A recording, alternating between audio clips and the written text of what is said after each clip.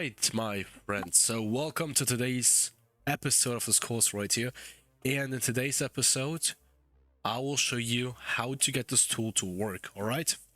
So, I highly advise you to watch the last episode, because if you do not watch it, then you won't understand anything I'm doing right here, alright? So, take this tool from the last episode, move it inside of the starter pack, and let's take this part, okay? Let me actually delete it. Now let me create a new one so that you guys are not irritated whatsoever. Confused, yeah. That was the word I was looking for. So, take this part and name it handle, okay? You guys should know why I call this part handle. Of course, requires handle is true, so that's the reason why we need a handle to make this thing work. Now, the next thing we want to do is that we want to create a local script inside of here.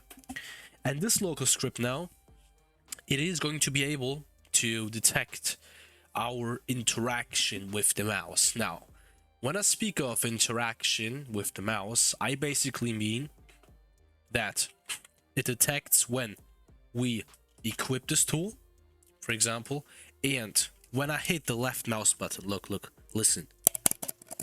When I do this, it is also able to detect that. And it is also able to detect when I'm performing a right mouse button click. Alright, so those are the three main events we want to focus on and which are important for us. Okay, so you might ask, okay, so how is this tool gonna detect now? How is this local script gonna detect this? It is fairly easy. So first of all, let's define a variable. I hope that you guys know how this works, okay? So basically just the name, write local in front of it. We could even leave this if we want to.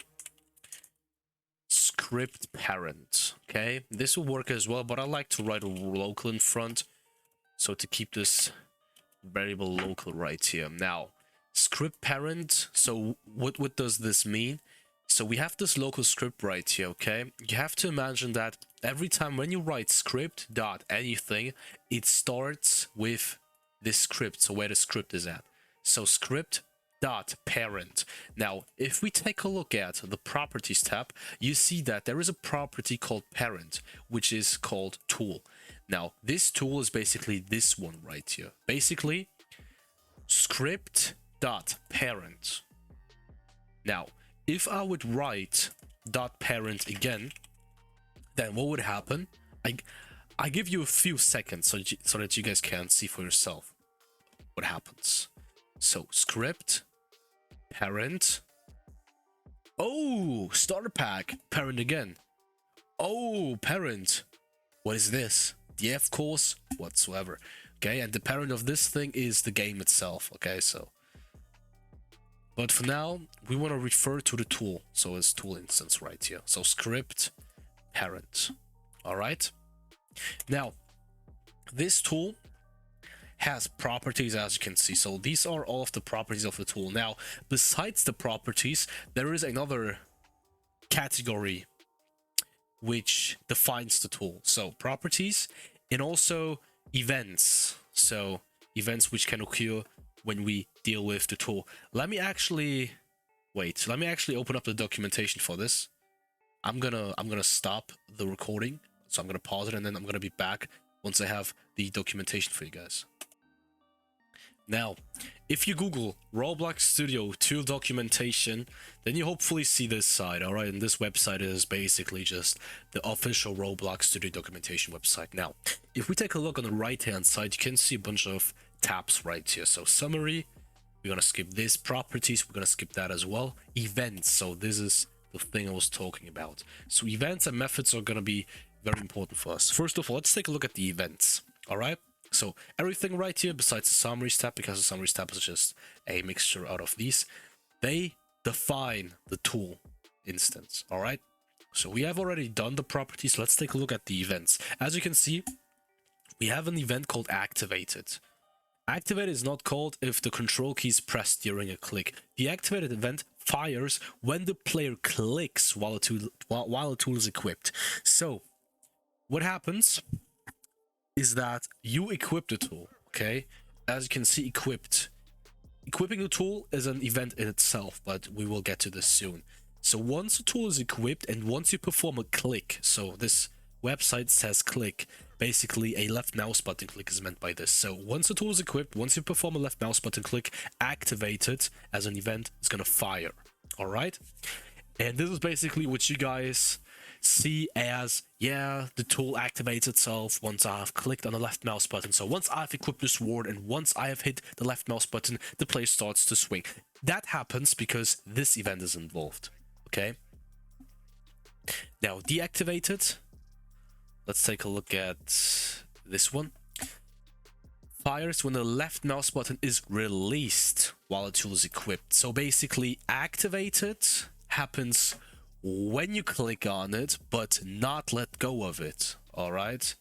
Nah, wait, that was a little bit misleading. So activated only tells you that the left mouse button has been clicked. It doesn't tell you whether it has already been let go of or not. The event responsible for that is this event right here. This event tells you whether the left mouse button was released, was let go of. All right. So basically the total opposite of the activated one. But in my experience, you do not really use this often. It really depends on how your game looks like, but I didn't really use this one that much unless you're like creating your own toolbar or something like that. All right. Now, next event is the equipped event. The equipped event fires when a player, okay, yeah, Roblox is at its best right now, takes a tool out of their backpack to use. So basically the name of this event is its description. So when you take a tool out of your toolbox, your toolbar, so when you have a tool on the first spot and you press 1, you are basically equipping it. All right, so it moves to your hand. That's what happens right here. And the unequipped event is the exact opposite. So when you unequip it, when you put it back inside of your toolbox, then this event right here happens. Now, inherited from instance, we don't really have to look into this because that is not important for us right now. Now, activate. The activate function simulates. Okay, yeah. We don't really need that. Yeah, with that being said, let's get back into Roblox Studio. Yeah, I'm still recording. All right. So, what we want to check now is that we want to see whether the tool has been equipped, okay? So, tool.equipped. So, I've just wrote this down. I'm going to explain this soon. So, as you can see, it prints out equipped right here. Now, let me explain this. Let me go step by step. So, tool should be clear by now, okay? So, we are referring to this tool instance right here. Tool.equipped. As you guys have probably learned now, equipped is an event of this tool. And once we are trying to refer to events like this, so you connect the instance and its event with this dot, okay? And once you refer to an event like this, we want to connect to this event by having a colon right here and then writing down connect, and then this bracket function, open bracket, close bracket, enter, and then basically what should happen once this tool has been equipped. So once this event right here has been activated. As of now, we are just printing out inside of the console that this thing has been equipped, and then you end the area of the code. So you end this block by writing down end close bracket. All right, and you can do the same now for activated. So activated is an event, as you guys have probably learned. And yeah, what we want to do now is that once the tool has been activated, we want to print click instead of the output. Oh my gosh. Yeah. Okay. Yeah, works fine. Works fine as it should, guys. Now let's get rid of this equipped one because we don't really want to mess with that. Okay. So what we want to do now is that we want an animation to play, okay? Because you guys are here to, you know, do a fruit system, to create a fruit system. And what happens when you eat a fruit, for example? Yeah, what happens? Come on, answer. Yeah. What happens is that you basically have the fruit inside of your hand, and you move your hand and the fruit with it towards your mouth, and then you take a bite, and then you either puke, because the fruits are known to be very, very disgusting, to taste disgusting, I'm sorry, or you just take it as it is and you do not puke whatsoever. It really depends on how detailed you want things to be. You can also create some kind of effect where your screen just turns into a random color and you have a chat box appearing over your head. So that's everything we could do, all right? We are probably gonna do it anyway, but yeah. So basically, the animation is being played, you eat the fruits, you receive the moves, and the fruit saves somewhere in your data store, and then that's it. The tool vanishes after that, right? And that's what we want to do now, right here. Now,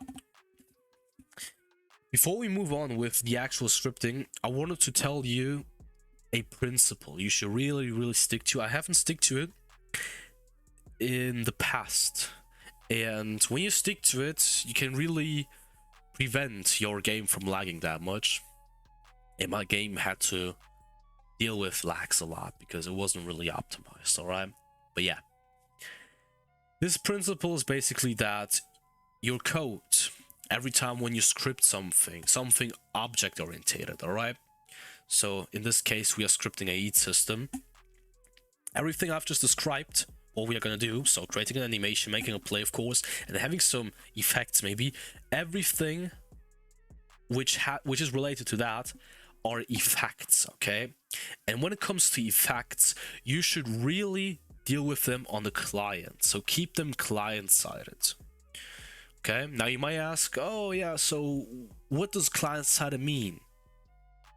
And to understand what client-sided means, I have to explain to you what filtering enabled is. And I think that I'm gonna briefly do it, but if you want a overall better knowledge of what filtering enabled is, I highly advise you to watch a YouTube video. So this is not a basic scripting tutorial. This is a scripting tutorial dedicated to creating doll fruits.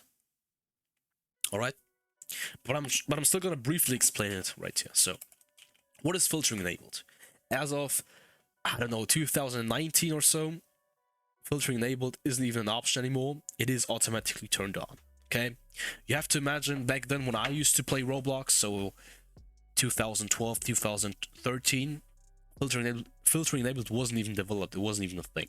But what filtering enabled basically does is that you have to, when you think of a Roblox game, you have to think of two categories. Let's say you first of all have the server and you have the clients.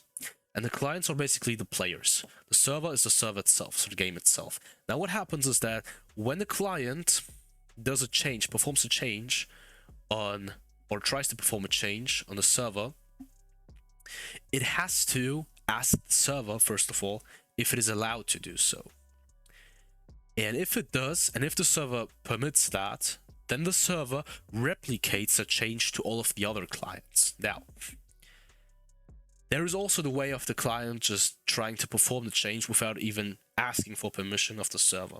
The thing with that is that only the client is able to see the changes, right? So that's the concept of filtering enabled. Now what happens is that every time you script something which is somehow server related, you have to ask the server for permission to process everything on the server, all right? Now you can do this by using remote events, all right? So right click on the replicated storage and add a remote event. Now, let's call this one devil fruit. All right. Now we also need a server script right here, aka script, so just a basic script at this point. Let's call this one devil fruit as well. Now, as you guys can see, we have a bunch of categories right here, okay? And you should really be aware of categorizing them. So, workspace, I would say, is mainly a server-sided category. Players, yeah, players too. Lighting, well, it is something in between. Material service, I didn't even know that this was a thing, so this is probably something new. So let's actually skip all of these because they're not that necessary to know about. Replicated first is something in between. So you have to imagine that there are categories which are fully server-sided, and then there are categories which are fully client-sided, and then there are categories which are something in between. So they are there to establish the communication, and everything starting with replicated is a part of that. So replicated first, replicated storage. As you can see, we are storing the remote event inside of there. All right, and then we have the server script service, which is purely server-sided. This one is purely server-sided as well. I'm sorry, and all of these called starter, they are client-sided. So yeah, and you have to know that from the client's perspective, so you guys just have seen that I was able to refer to the tool from the local script, okay? You're not able to refer to something inside of a server-side category from a local script's perspective. That's important to know as well. Now, when you want to perform a change on a server, which means that you are able to perform a change on every client or for every client, you want to fire server this remote event. So basically game, get service, replicated storage. So this replicated storage is a service. That's the reason why we do game, and then get service, and then the name of the service itself.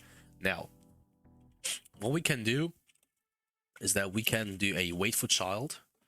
What this wait for child does is that it basically waits until this child, aka instance, is created. Why are we doing this?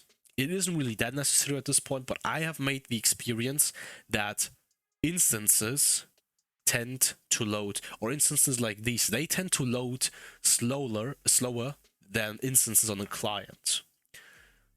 And that's the reason why we let the script wait until this is fully created. Otherwise, it would try to refer to an instance which hasn't even been created yet, and this would cause an error, right? So, as I've told you, we are able to fire server this remote event. Fire serving is basically this communication thing I was talking about. So we can now ask for permission by adding a bunch of arguments inside of here, okay? Now, the first one is what? So I really like the style of fire serving. So what I basically do is that my first argument of every remote, or to every remote event of a fire server, but also to a fire client, is that I tell the server, in this case the server script, what to do, what the task is. There are a few exceptions where I do not do that, and that is when the purpose of the remote event is very clear and the remote event itself has only one purpose. In this case, the remote event will fulfill multiple purposes. That's the reason why I do this argument thing right here. So the task now is to replicate it. Now, you guys might ask, all right, so what is going to happen? So we are going to fire server this remote event, and then we are going to perform everything visually on the server, or what? I've told you about the principle before that you should keep the visuals on the client and everything else on the server. And by everything else in this context, I mean things like saving the adult fruit whatsoever, all right? Or deleting the tool. Everything visually, so creating or making the animation play, making any GUI effects, they should be done on the client, all right? And that disqualifies this server script right here to load the animation, the eating animation, and to make any GUI effects, all right? And we're going to perform a little trick to still be able to replicate all of these effects, all of these changes to all of our players, okay? And we are going to do the following. So I've told you guys that we use this remote event to communicate from client to server.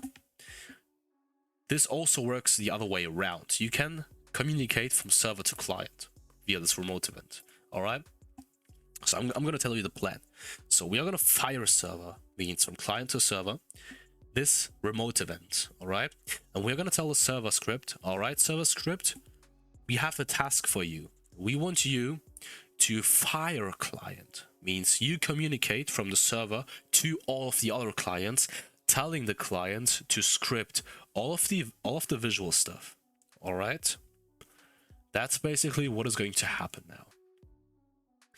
Now, the thing is with visuals or with handling visuals on the client, every client means every player who's going to handle the visuals of another player has to know which player it is dealing with. All right? So that's pretty obvious in my opinion. So I'm going to give you an example of, I'm going to give you a real life example. Maybe you guys will understand better when I do so. So imagine you are sitting in a room with me, all right? And we are 10 people, okay? And we are sitting in a circle, okay? And everyone has a pen and a sheet of paper. Now, one person comes to me and tells me to tell you that you're supposed to draw a dog. Okay? And then this person who has asked me to ask you starts drawing the dog itself. Okay? Now, let's even expand this example. The person doesn't only tell me to draw the person doesn't even tell me to tell you to draw a dog. The person also tells me to tell you to draw an elephant where the person itself sits on top of the elephant. Okay? Now, what or how can you understand this example? Basically, the one person is the client. It has asked me to tell you to do stuff which is related to him. In this example, you're drawing a picture of him sitting on an elephant. All right? That is basically a little example to make you understand what you're doing, right? I hope that this was clear at this point. If not, then I'm highly sorry. But yeah, just leave your questions in the comment section. I'll see what I can do. So,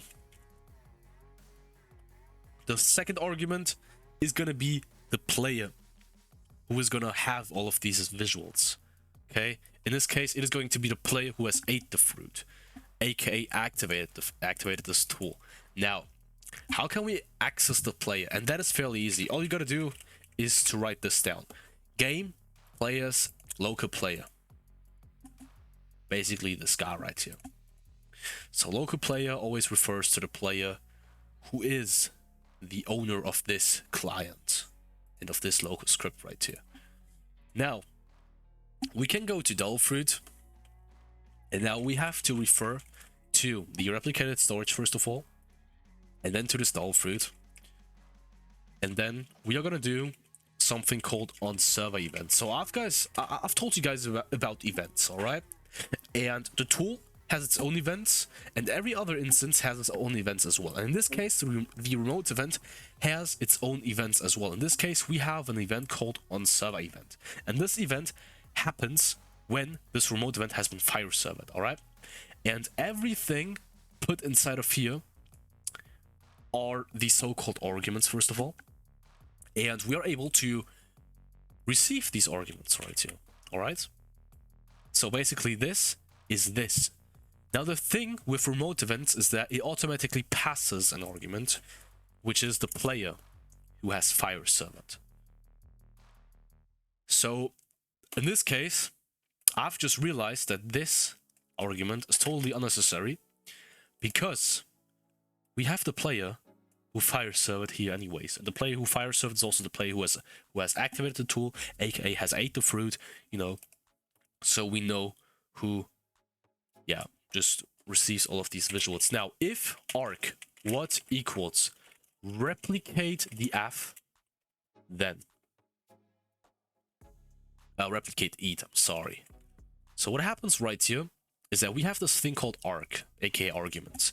So think that this arc is this table. So everything inside of these curly brackets. In this case, what equals replicated eat. So this variable stores this value, all right? And we can now access this variable by writing down arc dot what and then double equals replicated eat. If this is the task of this fire server, then we want to replicate the eat to all of the clients. And how can we do that? Well, all we gotta do is that we take this remote event and then perform a fire all clients. Yeah, there is a method called fire all clients, and this fire clients to all clients, as the name suggests. Now, we have to put several infos right here inside of this. So the first info is, of course, the task. All right. So what equals arc what?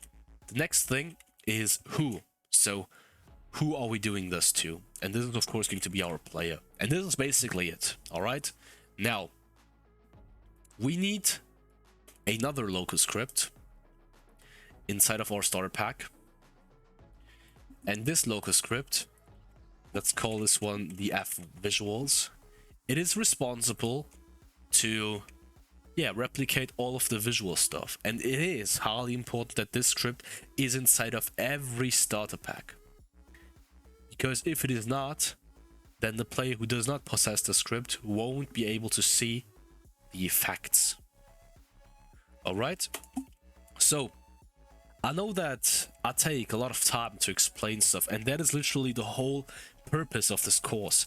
I cannot really upload 30-minute, 20-minute videos where I write 2 lines of code, alright, without even like progressing that far.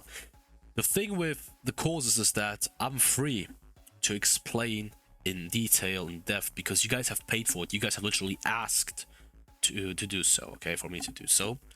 When I drop a video, I'm not able to do that because the people want to see results. They want to see a free model in the description. They don't want to hear me talking that much because it bores them, alright? I hope that you can understand it. If not, cancel your subscription, I don't know. But yeah, the real ones who stick till the end, they will become elite scripters, I'm sure. Now, with that being said, guys, thanks for watching.